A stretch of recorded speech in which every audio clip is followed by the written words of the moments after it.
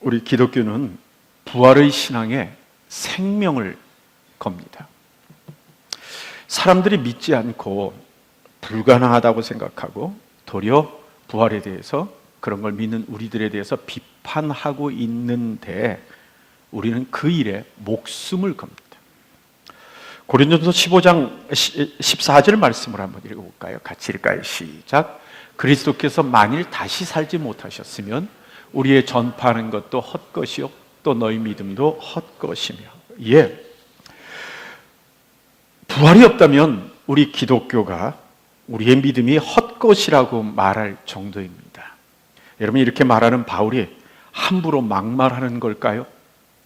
그렇지 않습니다. 왜 이렇게 얘기하는 거죠? 그 이유는 그것이 사실이기 때문에 그렇습니다. 우리 중에 누가 봤나요? 아니면 어떻게 확신할 수 있죠? 주변의 사람들이 그렇게 물어본다면 여러분들은 그 말에 대해서, 질문에 대해서 뭐라고 답하시겠습니까? 우리의 대답은 분명합니다. 성경이 그렇게 말씀하셨습니다. 다시 표현하면 하나님께서 그렇다고 말씀하셨습니다 라고 대답해야 할 겁니다. 여러분, 이 부활은요, 성경에 나타나는 어떤 이런 여느 이적과는 전혀 다른 성격을 가지고 있는 이야기입니다. 그러한 이적은, 성경에 나타나는 이적들은 그때의 필요에 따라 행해진 그 이적들이지만, 이 부활은 태초부터 계획하신 하나님의 구원 계획과, 하나님의 우리를 향한 계획과 연관이 되어 있는 것입니다. 물론 우리가 범죄함으로 인해서 하나님께서 처음에 가졌던 계획에 어떠한 여러 가지 그 모습의 달라짐이 있기도 했습니다. 그런데 여러분, 우리가 많이 죄를 짓지 않았다면 우리가 천국 가는 그 일에 예수 그리스도의 십자가의 길은 굳이 필요하지 않았을 겁니다. 또 부활도 필요 없었을 겁니다. 왜요? 죽음이 없기 때문에 굳이 부활이라는 것들이 필요하지 않았을 겁니다. 그러나 우리가 죄를 지었다고 하나님의 우리를 향한 계획이 중단되지 않습니다. 자녀가 말을 안 듣는다고 부모가 자녀에 대한 사랑을 중단할까요? 그렇지 않습니다. 자녀가 가출을 했다고 부모가 부모됨을 자녀를 향하여 포기하나요? 그렇지 않습니다. 방법을 바꾸어서라도 우리는 부모됨을 이어가는 것이 바로 부모인 것과 같습니다. 결국 우리 죄를 해결하는 방법으로 예수님이 십자가를 지셔서 우리의 죄값을 치름으로써 우리가 하나님이 우리에게 주시고자 하시는 그 자리, 구원의 자리에 갈 수 있게 된 겁니다. 그런데 우리의 구원은요, 영혼의 구원만을 말하는 것이 아닙니다. 나 정수일이란 존재는 영과 육이 함께 있는 그러한 존재를 말하는 것입니다. 하나님께서 가지신 구원의 계획은 영혼만이 아닙니다. 그래서 영혼만이 육체를 떠나서 천국에 거하는 것, 그것이 하나님의 계획이 아닙니다. 결국 우리의 영과 육체가 함께 구원을 받아야 되는 것이 구원입니다. 그렇다면 죄값으로 죽을 수밖에 없는 우리의 육체를 영을 구원한다는 사실은 결과적으로 부활이라고 하는 당연한 과정을 거쳐야만 한다는 겁니다. 구원은 변함없는 하나님의 마음이고, 예수님의 부활은 당연하게 십자가 뒤에, 죽음 뒤에 따라오게 될 이어지는 과정인 겁니다. 그래서 성경은요, 우리 예수님의 부활에 대해서 뭐라고 표현하느냐면 우리 부활의 첫 열매라고 표현을 합니다. 다른 표현을 말하면 나무에서 그 해에 주렁주렁 과일이 맺는 그것에 첫 번째 맺은 열매라고 성경이 표현하는 겁니다. 예수님께서 십자가에서 죽으셨습니다. 아리마대 요셉이 빌라도에게 요청을 해서 예수님의 시신을 받기로 했고, 그리고 요한복음 3장 1절 2절에 있는 말씀에 있는 대로 니고데모가 예수님께 찾아왔습니다. 자, 니고데모 얘기 한번 읽어볼까요? 시작. 바리새인 중에 니고데모라 하는 사람이 있으니 유대인의 관원이라. 그가 밤에 예수께 와서 가로되 라피여, 우리가 당신은 하나님께로서 온 선생인 줄을 아나이다. 하나님이 함께 하시지 아니하시면 당신의 행하시는 이 표적을 아무라도 할 수 없음이니이다. 예, 그 니고데모가 예수님의 시신에 몰약과 향품을 바르기 위해서 100근쯤 갖고 왔다고 성경이 표현을 합니다. 그래서 그걸로 예수님의 온몸을 발라서 세마포로 싸는 그런 모습을 갖게 됐습니다. 이 아리마대 요셉과 니고데모는 아마도 요한복음 12장 42절에 해당되는 사람들이 아닐까 하는 생각을 해봅니다. 한번 읽어볼까요? 그러나 관원 중에 저를 믿는 자가 많되 바리새인들을 인하여 드러나게 말하지 못하니 이는 추례를 당할까 두려워함이라. 이런 백근이라고 하면 적은 양이 아닙니다. 우리 키로수로 파운드로 얘기하기는 어렵지만 키로수로 이야기하면 한 35kg 정도 되는 겁니다. 파운드로 얘기하면 어떻게 돼요? 한 75파운드 이 정도 되는 양일 수 있나요? 맞나요? 75파운드? 한 그 정도 되겠죠. 그 정도 양이 되는 거니까 이 몰약과 향품이 그 정도 무게라고 하는 것은 결코 작은 양이 아닙니다. 그러니까 이 정도면 예수님의 시신이 듬뿍 발라질 정도고 그 위에 시신을 감싼 이 세마포가 완전히 몰약과 향품에 범벅이 돼 있을 정도의 그런 모습인 것이 분명합니다. 그리고 예수님이 십자가에 지신 골고다 언덕 근처에 멀지 않은 곳에 있는 그곳에 이 돌무덤을 만들어 놓은 게 있는데 아직 가족들이 한 번도 들어가 보지 못한 새로 만들어 놓은 돌무덤에 예수님께서 안치됐다라고 성경이 말씀을 합니다. 그 당시 평민의 무덤들은 산 중턱, 언덕 중턱에 땅을 파서 만들고 그리고 부자들은 돌을 파서 가족 무덤을 만들어서요. 가족이 죽으면 한 사람 거기다 이렇게 해서 무덤을 하고 밖에 돌로 문을 만들어 놓는 것이 보통의 모습이기도 했습니다. 이거는 이사야서 53장 9절 말씀에 예언의 성취라고 말할 수도 있을 겁니다. 같이 한번 읽어볼까요? 시작. 그는 강포를 행치 아니하였고 그 입에 괴사가 없었으나 그 무덤이 악인과 함께 되었으며 그 묘실이 부자와 함께 되었도다. 놀랍죠? 그리고 골고다로 예수님을 십자가 지실 때 따라 올라갔던 많은 여자들이 예수님이 이 십자가에서 내리져서 묻히는 그 무덤이 있는 곳에 찾아가서 멀리 서서 그들이 하는 모든 것을 보고 어딘가를 확인했다고 성경이 나옵니다. 그리고 그들 몇몇 여인들이 누가복음 24장 10절에 이름들이 나오고 있습니다. 이 여자들뿐만 아닙니다. 왜 이 여인들이 무덤을 찾은 걸까요? 무엇 때문이죠? 오늘 말씀 56절과 24장 1절 말씀이 그 얘기 나옵니다. 같이 한번 읽어보죠. 돌아가 향품과 향유를 예비하더라. 계명을 좇아 안식일에 쉬더라. 안식 후 첫날 새벽에 이 여자들이 그 예비한 향품을 가지고 무덤에 가서 이 말씀들을 보면 이 여인들은 예수님의 몸에 바를 향품을 준비했다고 이야기를 하는 겁니다. 그러니까 발랐는데도 불구하고 더 준비한 것 같아요. 아마 니고데모가 가져와서 바른 그걸로 만족하기에는 자신들의 마음에 뭔가 주님 앞에 아쉬운, 자신들이 예수님의 죽음 앞에 아무것도 안 한 것 같은 그 마음에 서운함이 있었던가 봐요. 그러니까 그들이 더 준비해서 예수님의 무덤에 찾아간 겁니다. 그러면서 가면 분명히 돌로 막아놨을 텐데 누가 이 돌을 치워줄까 하고 그 돌 치우는 문제를 걱정하고 갔습니다. 여러분, 이 이야기를 이렇게 듣는 과정에 이 말들이 갖고 있는 의미는, 이 여인들이 행하고 있는 이 선택과 행위의 의미는 무엇일까요? 분명한 건요, 이 여인들이 예수님의 부활을 믿지 않고 있었다는 사실입니다. 예수님의 부활을 믿지 않았습니다. 그 여인들이 그 무덤에 가서, 예수님이 묻혀있는 무덤에 가서 만나기를 원했던 장면은 뭡니까? 예수님의 시신입니다.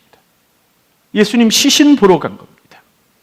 자신들이 할 일이 뭡니까?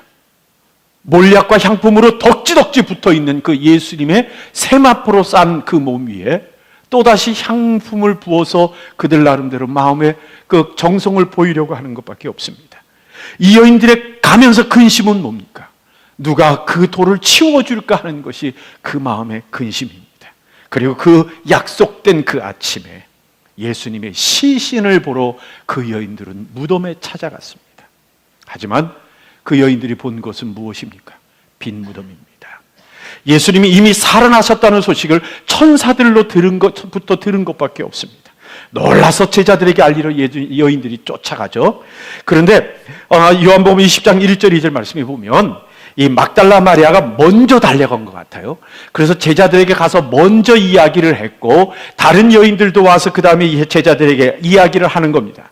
그런 다음에 제자들 중에 무덤으로 달려가는 세 사람이 있었는데 그 사람들을 쫓아서 이 막달 마리아 혼자서 또 예수님의 무덤으로 쫓아 올라갔던 것 같아요. 그리고 세 사람이 그곳에 빈 무덤을 보고는 어깨 축 처져가지고 그리고 돌아왔는데, 이 여인은 떠나지 않고 막달라 마리아는 그 무덤 옆에 앉아서, 빈 무덤 옆에 앉아서 슬피 울면서 예수님의 시신을 찾았던 것 같아요.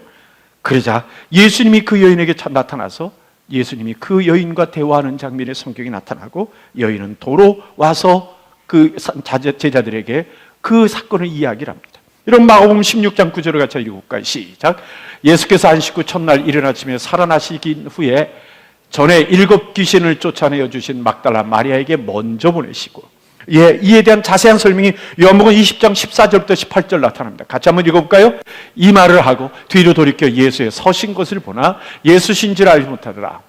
예수께서 가라사대 여자여 어찌하여 울며 누구를 찾느냐 하시니, 마리아는 그가 동산지기인 줄 알고 가로되 주여 당신이 옮겨갔거든 어디 두었는지 내게 이르소서, 그리하면 내가 가져가리이다. 예수께서 마리아야 하시거늘 마리아가 돌이켜 히브리 말로 라보니여 하니 이는 선생님이라. 예수께서 이르시되 나를 만지지 말라. 내가 아직 아버지께로 올라가지 못하였노라. 너는 내 형제들에게 가서 이르되 내가 내 아버지 곧 너희 아버지 내 하나님 곧 너희 하나님께로 올라간다 하라 하신대.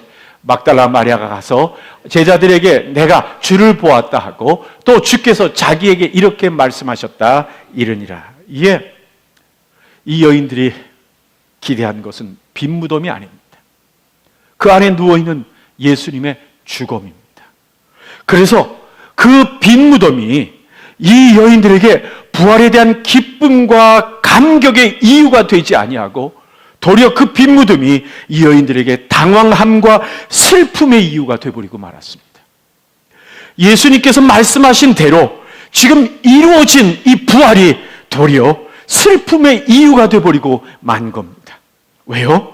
왜 이런 일이 이 여인들에게 일어났죠? 다름이 아니라 예수님의 말씀을 기억하지 않고 있기 때문에 그렇습니다. 놀랍죠? 하나님께서 하신 말씀대로 이루어지는 그 일이 도리어 당황스럽고 슬픔의 이유가 되어버리고 있는 겁니다. 여러분, 가끔은요 우리의 삶에도 그런 경험을 할 때가 있습니다. 하나님께 기도합니다. 내가 원함은 있는 겁니다. 그런데 그 원함이 꼭 하나님의 뜻에 맞다고 할 수는 없잖아요. 그리고 이게 이렇게 해야 될지 어떻게 해야 될지 마음속에 두려움도 있잖아요. 그럼 하나님께 기도하면서 하나님 주의 뜻을 알려주옵소서, 하나님의 뜻대로 하겠습니다 하고 순종도 약속하면서 하나님께 기도를 합니다. 하지만 내 속에는 뭐가 남아있어요? 여전히 내가 원하는 방향이 있는 겁니다. 내가 원하는 일이, 목적이 내 마음속에 있는 겁니다. 그러다가 하나님께서 내 길을 보여주셨습니다. 사인도 보여주시고 무언가를 가르쳐 주셨습니다. 그럼 내가 어떻게 합니까? 당황해야 합니다. 하나님이 보여주셨는데 당황해하는 겁니다. 하나님이 내게 가장 좋은 길을 열어주셨는데도 불구하고 나는 당황하는 겁니다. 왜요? 내가 원하는 길이 있었기 때문에 그렇습니다. 하나님께 기도한 것도 잊어버리고, 하나님이 응답하신 사실조차도 내 머릿속에서 사라져버리고, 내가 내 원하지 않은 대로 보여주신 하나님 때문에 당황해하는 일들이 일어나는 겁니다. 우리가 우리를 위하시는 하나님의 마음을 기억하지 못하기 때문입니다. 또요, 제자들 중에는 무덤에 갔던 이들이 있었습니다. 누가복음은 베드로만 언급하고 있지만 요한복음 20장 3절에 보면 또 다른 제자라고 말하는 두 사람이 나타납니다. 우리는 그 제자 중에 하나가 요한이라고 알고 있습니다. 왜 모든 제자들이 다 같이 빈 무덤을 확인하러 가지 않았을까요? 예수님의 무덤이 비어 있었다면 모든 제자들이 놀라서 쫓아가지 않았을까요? 그런데 성경 보니까 아닌 것 같습니다. 11절 말씀 우리 같이 한번 읽을까요? 시작. 사도들은 저희 말이 허탄한 듯이 배워 믿지 않아. 무덤이 비어 있다고 얘기하는데도 조차 그 말조차 제자들이 받지 않고 있는 겁니다. 여인들이 헛된 이야기하고 있다고 보는 겁니다. 아마도 착각했다고 생각하는지도 모르고 그 여인들이 무덤을 잘못 찾아갔다고 생각하는지도 모르겠습니다. 그래서 무덤이 비어 있다고 말하는데도 제자들이 움직이지 않고 있는 겁니다. 이 말에서 우리가 느낄 수 있는 것은 무엇입니까? 이 제자들은요, 예수님의 죽음으로 모든 것이 끝났다, 다 끝났다고 하는 그 좌절과 절망을 좌절과 절망을 사실로 받아들이고 있는 겁니다. 그래서 예수님께서 하신 이 부활에 대한 말씀이 허무맹랑한 이야기로 들려서 예수님의 이야기들을 기억하지 않게 되는 겁니다. 어쩌면 기억이 언뜻 났는지도 모르죠. 그러나 그 순간에 그냥 헛웃음 치면서 말도 되지 않는 하고 넘겨버렸는지도 모르겠죠. 그러니 그들은 비었다는 이야기를 들으면서도 무덤으로 달려가지 않았던 겁니다. 또요, 무덤으로 달려간 세 사람 제자들이 있죠. 베드로, 요한, 또 한 제자라고 표현합니다. 근데 이 베드로가 먼저 달려가거든. 먼저 다른 제자보다 먼저 뛰어갔어요. 뛰어가서는 무덤에 들어가지 못하고 무덤에 고개 집어넣고 기웃기웃하면서 그 안을 살펴보고 있는 내용이 성경에 나타납니다. 왜 그랬던가요? 무엇이 두려웠던 거죠? 그 마음에 어떤 상황을 기대하고 있기에 그 빈 무덤 앞에서 머뭇거리고 있는 겁니까? 요한은요, 그 베드로하고는 달랐던 것 같아요. 뒤쫓아온 요한이요, 달려오자마자 곧바로 그 무덤으로 들어가 버립니다. 그리고 예수님이 계셨던 곳을 보고 그 이야기를 성경이 기록합니다. 예수님이 온몸을 쌌던 세마포는 그 상태 그대로 놓여 있고, 그리고 예수님 얼굴에 쓰였던 수건만 다른 곳에 개켜 있다라고 성경이 표현하고 있습니다. 한번 찾아볼까요? 요한복음 20장 6절 7절입니다. 같이 읽을까요? 시작. 시몬 베드로도 따라와서 무덤에 들어가 보니 세마포가 놓였고 또 머리를 쌌던 수건은 세마포와 함께 놓이지 않고 딴 곳에 개켜 있더라. 그런데 문제는 뭡니까? 그 빈 무덤을 보고도 믿지를 않는 겁니다. 여러분, 베드로 보십시오. 12절 말씀 읽어볼까요? 시작. 베드로는 일어나 무덤에 달려가서 굽으려 들여다보니 세마포만 있는지라 그 된 일을 기이 여기며 집으로 돌아가니라. 예, 요한복음 20장 8절 9절 같이 한번 또 읽어볼까요? 시작. 그때 무덤에 먼저 왔던 그 다른 제자도 들어가 보고 믿더라. 저희는 성경에 그가 죽은 자 가운데 다시 살아나야 하리라 하신 말씀을 아직 알지 못하더라. 예, 또 다른 제자는 예수님의 시신이 없어진 것까지는 믿겠지만 뭐는 못 믿는 겁니까? 부활은 못 믿는 겁니다. 그리고는 그 된 일들을 어떻게 하며 기이 여기며, 이상하다, 무슨 일이야 이거 하는 기이 여기며 집으로 돌아갑니다. 여러분, 어떻게 이렇게 안 믿을 수 있죠? 무덤에 달려가서 비어있는 것을 확인했음에도 믿지 않는 이유가 무엇입니까? 아무리 말씀하셔도, 하나님이 말씀하시고 하나님이 그것을 이야기하셔도 우리의 삶의 상식과 통념을 더 믿고 있는 우리의 삶의 모습 때문에 이런 것은 아닙니까? 놀랍죠? 아이성의 과부의 아들을 살렸던 것을 그들이 봤어요. 또요, 회당장 야유의 딸을 살리는 것을 봤어요. 그리고 나사로를 무덤에서 끄집어내는 것을 그들이 직접 보았단 말입니다. 그럼에도 불구하고 여전히 그들은요, 사람이 죽으면 살 수 없다라고 하는 그 자신들의 통념에서 지금 벗어나지 못하고 있는 겁니다. 아니, 남은 살렸지만 예수님 스스로가 죽었으니 이제는 살 수 없다고 생각하는 건가요?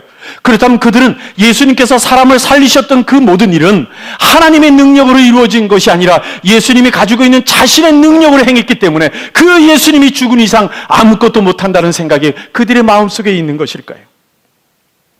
우리의 살아온 삶의 상식과 통념은 지독히도 우리가 믿는 것을 방해합니다.